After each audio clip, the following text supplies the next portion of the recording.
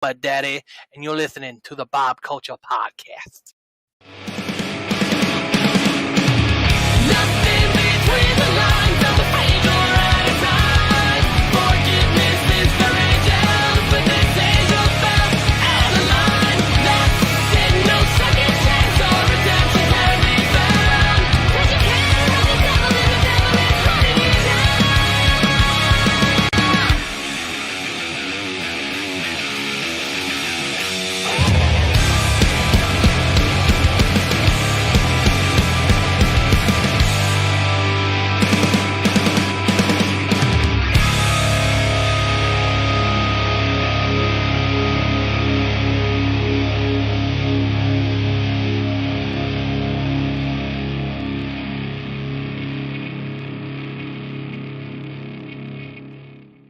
All right, ladies and gentlemen, welcome in to a very absolutely epic episode of the BCP Goodest Brother. There are more than 8 reasons right now why we love this guest at this time. Please welcome in a friend, mentor, a pillar of IWTV and the independent wrestling scene. She is the host of Wrestle T. She is a multiple-time hashtag wrestling fashion winner. Our good friend, Miss Sam Leterna. Sam, welcome in. How are you?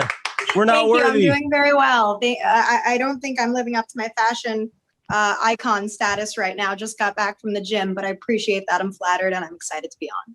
No, it's an honor, Sam, and thank you for making the time. Thank you so much. I was so happy to just finally get to meet you. Like I said, I'm not worthy over at Pro Wrestling Magic, and I got a chance to kind of meet you and talk to you. And I think at the time you were going through some kind of life changes and moves and all that, and I kind of talked to you and was like, I've been there. It kind of stinks when you have to reboot everything, but it seems like things are going well for you. How's the move working out and everything? Things are going very well. I moved into my new apartment. I moved 3 houses down from where I was living, and my crazy ex-roommate still lives across from me for another 5 days. So just trying to avoid this person. But other than that, things are going very well. I love my roommates. I love the space I'm in. I think it's really conducive for getting work done at home, different broadcasting projects. That's awesome. Yeah, I'm stuck with my crazy roommate, but it's so far so good. He's not sick of me yet, so we're good. And I did want to talk to you about this. You've been very public about this. You posted it on Twitter, I think, a while ago. With everything going on in the world, you can no comment on this one, but I believe you posted that you did get let go from your job, but your boss was very encouraging, like you're going to go very far in this business, which I've always said to you, Sam. Like, how has that been for you? Like making that adjustment? It's been such a weird couple of years. Yeah, I don't know. It's still like a bittersweet feeling being let go because I have too many broadcasting bookings because I'd like to make money. Broadcasting does not pay for my life. The job that I had did help that. But unfortunately, my boss, ex-boss, who is also a friend, had to do what was best for his business. I couldn't work weekends because wrestling is my priority. Sure. So that's that. I haven't been working for the past couple of weeks. I have a little nest egg, so I've been enjoying just relaxing, going to shows for fun that I'm not working on. Happened to go to Beyond Project Dolphin last week or the week before and just enjoy the show. So getting some new experiences on that front, I guess. Yeah, absolutely. And I'm not trying to be hard hitting or anything, but like when I was talking to you over at Magic, like it's all about rebooting. Like I had to do it. Luckily, this handsome took me in, and it's been great. And I get it, Sam. And I wanted to talk to you, obviously, about your goals moving forward because you're killing it right now. You are flying all over the world. Like I keep saying, you are the undisputed future of this business. Not to be cliche, but I got to ask, like, what are the goals here? Are you the next Charlie Arnold? Like, what are the goals right now?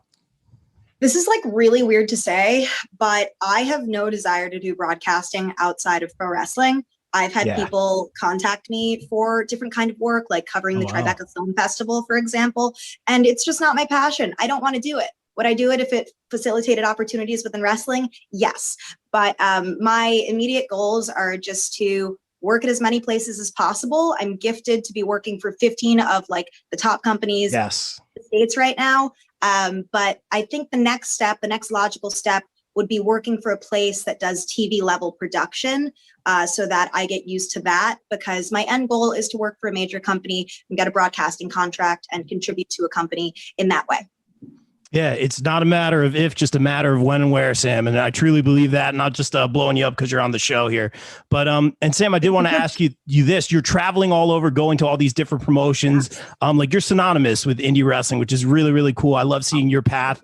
And I remember going to Wrestling Magic and meeting you, and you were great. Everyone was really great. But Nunez is texting me when I'm there, and I've worked with some of these people, and I've been in some of these locker rooms, but never in Magic's locker room. And everyone was great, but there was definitely like this first kid or new day, first day at school is the new kid kind of vibe. I'm like, oh, I can't sit at that table. Like all the cool people sit over there, and everyone was great. So I wanted to ask you, like, you're traveling all over the country doing this. Like, do you still kind of get that vibe when you go to new places? I definitely have in the past. I feel like I'm in a very comfortable place right now with what I bring to the table at shows, like, the role that I play. So I tend not to like cower in corners anymore, but I totally understand it. When I was wrestling, I would get really stressed out about shaking everyone's hands and, making sure not to piss anybody off. But now I don't really give a shit because I'm a professional. I don't really piss anyone off. I just do my job. And I'm grateful that I get to work at a lot of places with so many people I know. So there's that point of comfort there, but that happens in time. And that will happen for you too. You already know a lot of people in the Northeastern scene. So as you start, progressing and working more places, hopefully doing commentary, I think that you'll find that you won't be the new kid on the block.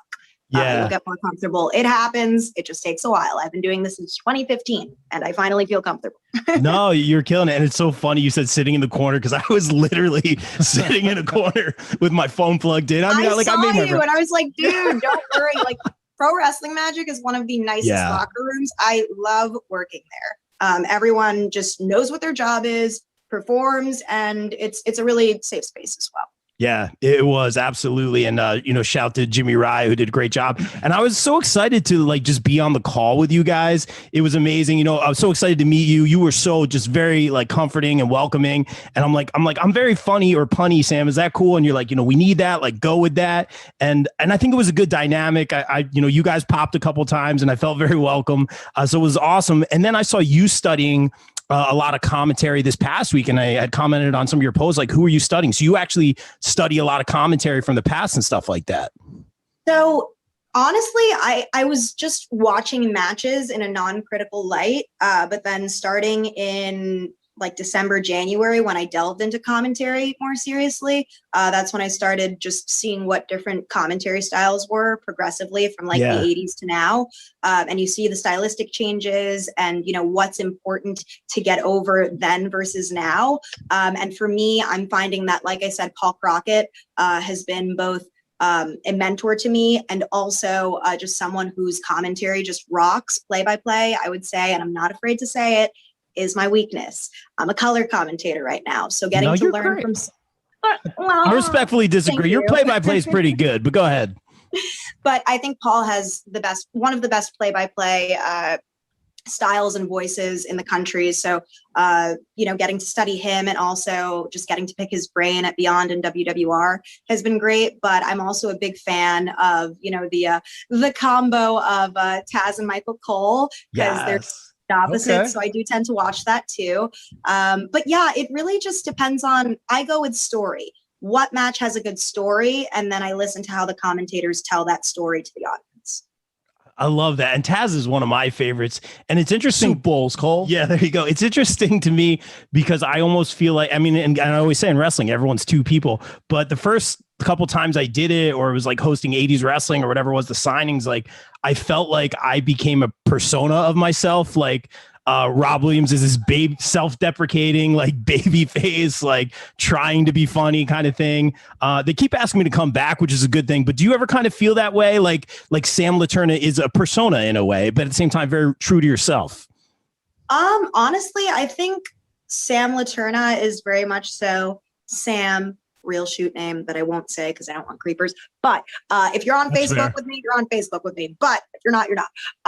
But what I will say is that I've tried to be really authentic because I think that translates well to people, both from a broadcasting perspective and a wrestling perspective in general. And I think that authenticity has shown over the past year. And that's why WrestleT has thankfully been able to grow so much. And I've been given so many opportunities as a result of that. So yeah, just being yourself and elevating that when you have to. But I think that I was using kind of a big voice and being very performative. And then I had John Alba actually take a look at my reel and some of my work, along with a broadcaster at a famous company. Nice. And they both told me, you got to be yourself. You got to find your natural voice and you have to actively listen. And that changed my whole perspective on everything. So the next interview I had, which was with Daniel Garcia at the time, I didn't plan everything out meticulously. I just listened, and it was one of the most satisfying interviews I've ever had and landed me a little bit of work at Limitless. So I can't complain. So be yourself and find your authentic voice. That's what I'd say. I love that. That's awesome. And shout out to John Alba. He's kind of an Asbury Park, New Jersey guy. He can shred on the guitar too. So shout to him. I love John. Oh, he's great. And it's funny because like when I'm trying to find, like you said, like play by play or color, you know, I feel it depends like who I'm working with or, you know, where I'm sitting at the table, whatever it is. And again, like you said, the story, I try not to do like that Corey Graves things. I talk to Nunez backstage or whatever and stuff like that. I'll do it with like certain people I know, Vicky wouldn't take a picture with me because she says she doesn't hang out with fives. Like, I'll do those like little things and stuff like that. But do you get a lot of like feedback from like the wrestlers after you do their matches and stuff like that as far as commentary? Honestly, one of the things that I find to be the most validating is when a wrestler says, hey, I really appreciated that. Like you doing that for me on commentary, or like giving a great ring announcement, or, delivering in an interview that gets buzz. That doesn't happen a lot. And I don't think it's because, they don't appreciate what I do. But at the end of the day, the wrestlers are the focal point of the show. So I've learned to just be humble and be confident in my work. I know when I deliver because it creates other opportunities. So I don't necessarily need the validation from wrestlers or my peers, but I do get it occasionally. I had Becca actually from Scrunchy Squad, love her, tell me that she's like, you're everywhere, like you're like more famous than some wrestlers. And I was like, I am definitely not, honey, but I am very, very, very flattered. So to get that kind of validation and have someone say, hey, I like your work, or have a promoter want to bring me back is really cool. Because I don't want to talk too long about this, but sometimes promoters will book me because I'm pretty. And then they realize that I'm good at what I do, which is what keeps me coming back. And I totally realize that that is a thing. So I try and work extra hard to prove that I'm not just a pretty face. Hashtag top gal. And I'll say this, Sam, ring announcing, commentating, former in-ring talent. We'll talk about that in a little bit. What is your favorite? What is your favorite to do out of all of those? Oh my gosh. Okay. No pressure. or you can say all of them. I mean, I have a definite order, but okay. I will say it like this. I enjoy interviewing the most, but I think it's because it's what I'm most comfortable with at this moment in time. I would say commentary second, ring announcing third, but ring announcing has different benefits from a business perspective. So just depends what you're into. And with wrestling, I'd say right now, that's probably the least of my priorities. I have a very, very soft spot for wrestling, and I respect so many or so much of what people do in the ring, but it's just not for me anymore. I don't want to be associated with wrestling in that way, because I'm very much so trying to carve out my own niche within broadcasting. So I don't want to really blur those lines, if that makes sense. Yeah, I think you're doing an absolutely stellar job of all those things. Nooner, what do you got for me, bro? So you're saying that interviewing is your favorite out of all of them. Who has been some of your favorite interviews so far? And who are some of your dream interviews? Okay. So I actually have a pretty solid top three that I tend to say, only because no one else has changed my mind yet. Okay. Max Caster. Nice. One of my favorites, just because Max and I, like from a humor perspective, bounce well off each other. And he just gave a really entertaining interview. I really appreciated that from him right before he got signed. So good timing. Right before.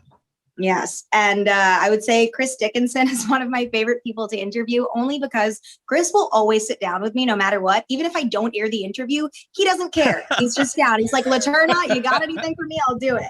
And I've asked him some of the most ridiculous things, like, who's your wrestling crush? And he just rolls with the punches, even though Chris Dickinson obviously isn't the type to answer those kinds of questions generally. Yeah. So Chris, for sure. And then, like I mentioned before, Daniel Garcia, that interview just has a special place in my heart, because I feel like I listened to him, he listened to me, and we genuinely connected, not in like a weird way, just, connected from an interviewer and interviewee perspective. And we're both really grateful for that opportunity. And then I know this because when I saw him in Tampa a couple of weeks later, he was just like, I really enjoyed that interview and gave me some compliments, which I don't often get, as we spoke about before, from wrestlers. So those three are my faves. A couple things. First of all, she's drinking the tea. I planned this interview out and I meant to have tea for us and I completely dropped the ball on that. I was trying to, no worries. next time. I really enjoyed your interviews with Darius Carter, who's always a lot of fun. He was surprisingly nice. I didn't mention nice Darius.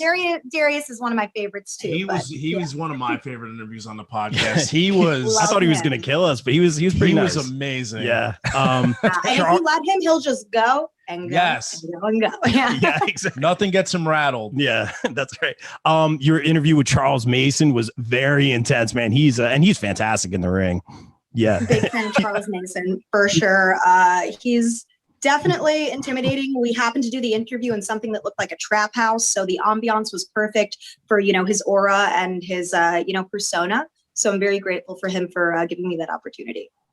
Yeah, it's awesome, Sam. And I got to say this, I'm calling your bluff on this one because I posted that we were interviewing you tonight and you got so much love on socials. We got the like from Thunder Rosa, just putting that out there, name drop. Oh, shoot. Yeah, and I saw her commenting even to bring up, like the job situation. And I wasn't trying to be hard hitting or anything, but just like the love and the support you got. And I think she even commented on that. And you're working with Mission Pro, and I can tell, we talked to her like when she was in like the stages of making that an all like women promotion, and she's doing a great job with that. So tell us how you got to work with Thunder Rosa and Mission Pro and your relationship there, because it seems very, very positive.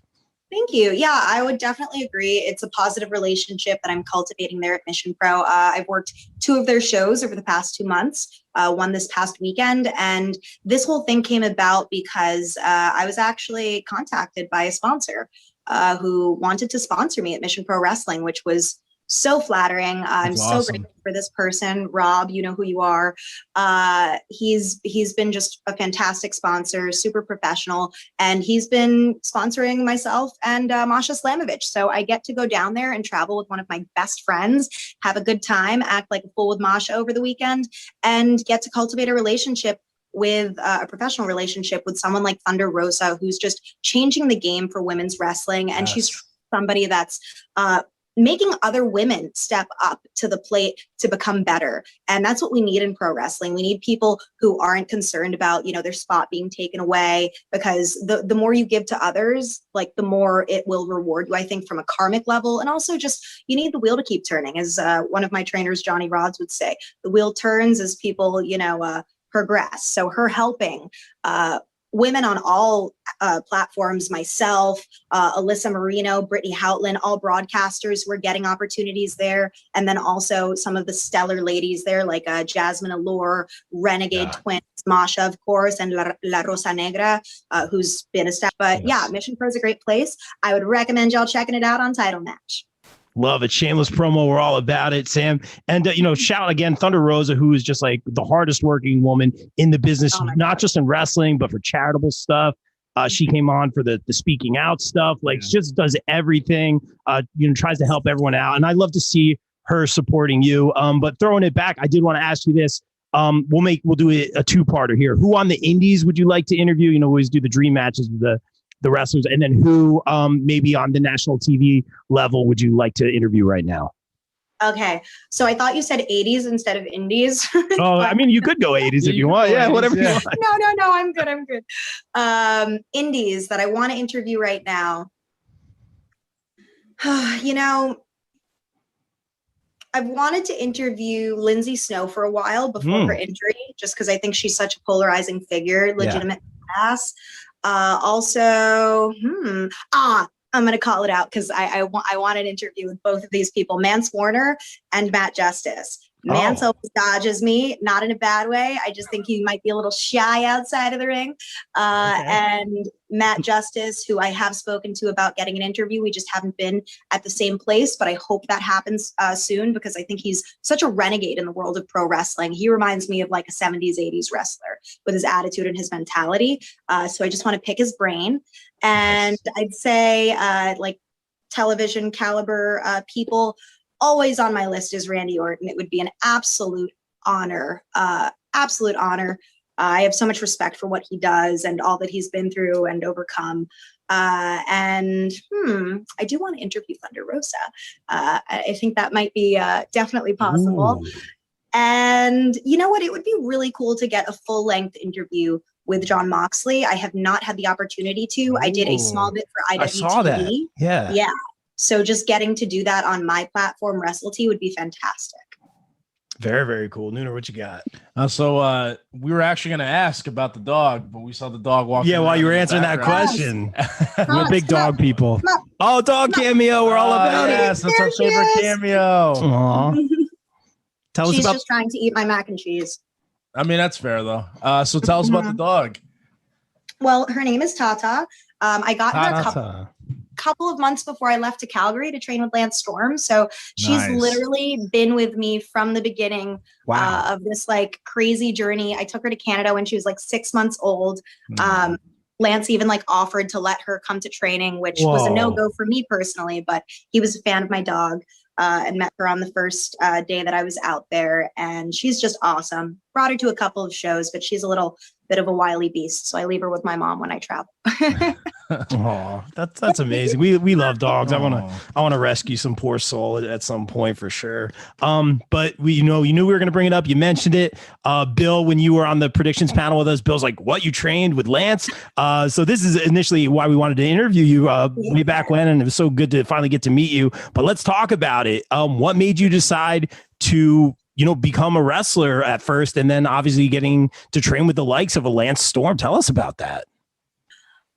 Well, I think that the idea of becoming a wrestler had like been in my mind since I was like 12 or 13 and kind of got smart to certain backstage aspects of the pro wrestling industry. Cause I'm one of those people who, well, anyway, I won't get into it.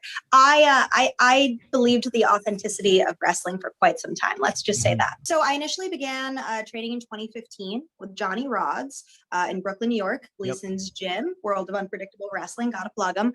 And I had kind of been going through a rough time in college. It was a big transitional period for me, and I wound up moving back to New York City. So I figured, now or never, this is the time to pursue this. I'd been a fan of wrestling for like, at that point, since I was 7 years old. And it's always something that was in the back of my mind. And I met Johnny, met Masha Slamovich there, and began training for a year there. And I learned my basics, but I felt like I reached a plateau in terms of the training that I got, like with myself. I felt like I needed someone to help me step up my game. And I had heard so many good things about Lance Storm's school, and obviously watched Lance Storm growing up. So I did some research.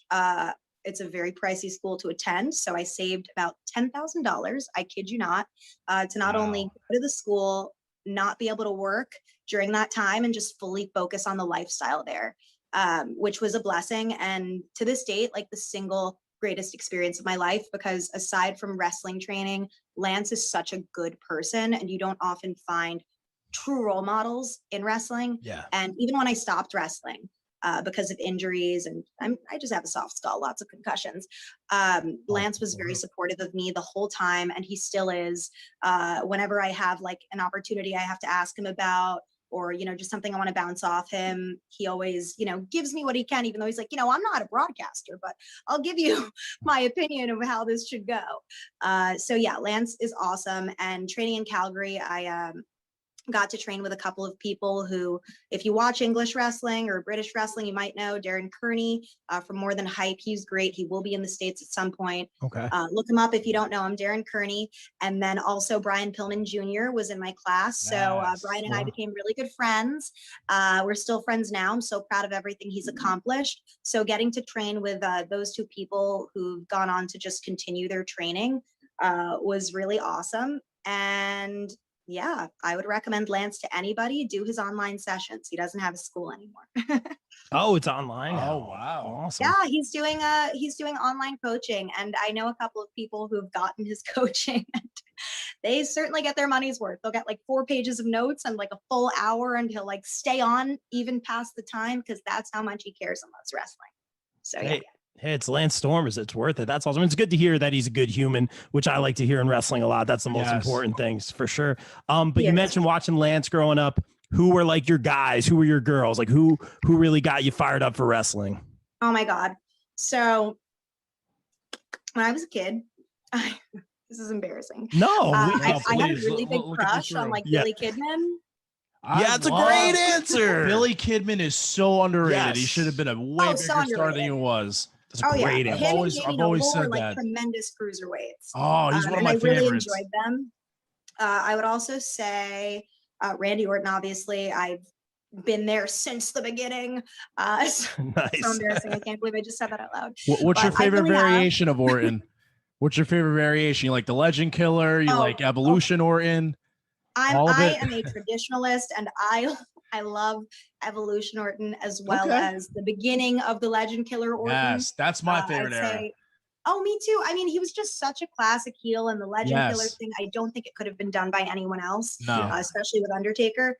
But yeah, Orton as well. I really liked Test. I liked Edge, Eddie Guerrero. Chris Eddie's one of my Benoit as favorites. well. And I really, as a faction, Evolution really like cemented wrestling in for me. I've got to say, I know that some people don't think wrestling after 2001 is cool, but hey, I'm 26 and that's when I started watching. Since then, I've watched 70s, 80s, 90s wrestling, all that good stuff. But those are people that definitely influenced my interest in wrestling. And then as far as the ladies go, Lita all the way, Trish Stratus, of course. And then later on, I guess, I was a fan of Beth Phoenix as well. She's so good. Great Yeah. answer. She's And good then on just in commentary. recent years, Sasha Banks, of course, she just does so much for the industry, and she's elevated women's wrestling so much. She's such a natural talent, and you can tell that she Yes. really loves it. So lots of respect for her. Those are some great answers. Billy Kidman. I think that's the first time we got that answer. We were watching Kidman and Mysterio matches a couple Oh yeah, months yeah. ago. Because I was showing him old WCW Rey Mysterio matches, and when him and Kidman were teaming up, and they were wearing the overalls, and Kidman was the first one that made the jorts cool. That's before right. Cena. So Yes, he did have the jorts. I remember this. And this was when Mysterio also had like the Riddler type. Like that question mark. Yeah. Without the thing. Yeah. You know, but Sam, thank you first again so much for a few minutes of your time. We want to be very respectful because we know you're flying all over the country. You're working for every promotion. We'll say it right now. You are the future of this business. Things are going to go great for you. I said this to you when I met you. You know, things happen in the universe for a reason. You're going to go very, very far. So before we get out of here, we got to ask you this one, Sam. What advice would you have for some up and coming commentators like myself, maybe some young girls that want to be broadcasters growing up? Any advice coming from someone who's killing it right now on the independent scene and is going to kill it on the national level very soon? Thank you. I certainly hope so. And it's kind of weird to be asked for advice since I've only been doing this a year, but I have learned a lot in a year. So I'll say, I think that with broadcasting, the number one thing is going to be networking along with honing your craft. So network, become friends with the wrestlers, be useful at promotions. And just know everything. Don't just interview, don't just ring announce, don't just commentate. The breadth of things that you're able to do will get you work. You know, like I think especially on a national level, a lot of women and men that are being hired right now are coming from outside of wrestling, which puts them at a disadvantage. So if you are someone who makes your way, you know, up the ranks in the indies as a broadcaster and you know everything, you are a very good long-term investment for a big company. That's how I think of it, at least. And that's how I'm trying to position myself for the future. So just more specifically, I guess I'm not going to give any advice for commentary because I do not think that I'm in a position to. Maybe a year from now when I'm much better, we'll see. But as far as ring announcing goes, I have had sore throats many times because I didn't breathe well. So use the diaphragm, learn how to breathe from your diaphragm. That's the most important, I think. Okay. And the show's not about you, it's about the wrestlers unless they want you to MC. Best advice I could give. And then with interviews, like I said earlier, actively listen, find your own voice. Don't talk like this and be like, hey, how's it going, Triple H? You know, it's nice. So just be yourself. Not that I've ever interviewed Triple H, but be yourself and research people. Don't ask the same questions. Wrestlers hate that. This is the number one advice for interviewing. If you're going to do an interview, I think that it should be 15 to 20 minutes. That's what I think. Only because I've heard wrestlers that are friends of mine tell me if it wasn't you, Sam, I wouldn't want to do it. That's all I'm going to say. I know that you're good at what you do and you can get away with doing it for half an hour or more, but a lot of people can't. So yeah, I would say if you're starting out 15 to 20 minutes, people have short attention spans. So do wrestlers. So do we. I think people just feel bad for us, but I appreciate it, Sam. And thank you for making the time. This really is an honor. So much. I hope to work with you again. Stay safe and just continue success moving forward. We know you'll kill it. Thank you. Thank you. Hope to see you at Magic and Nunez. If we meet in person or if you're at a show I'm at, come say hi. I'd love to meet you. Yes, definitely will. Definitely will. That's awesome. Thanks, Sam. Keep killing it. And guys, like we always say here on the BCP, everyone stay safe, stay positive, take care of each other. We're out. Peace.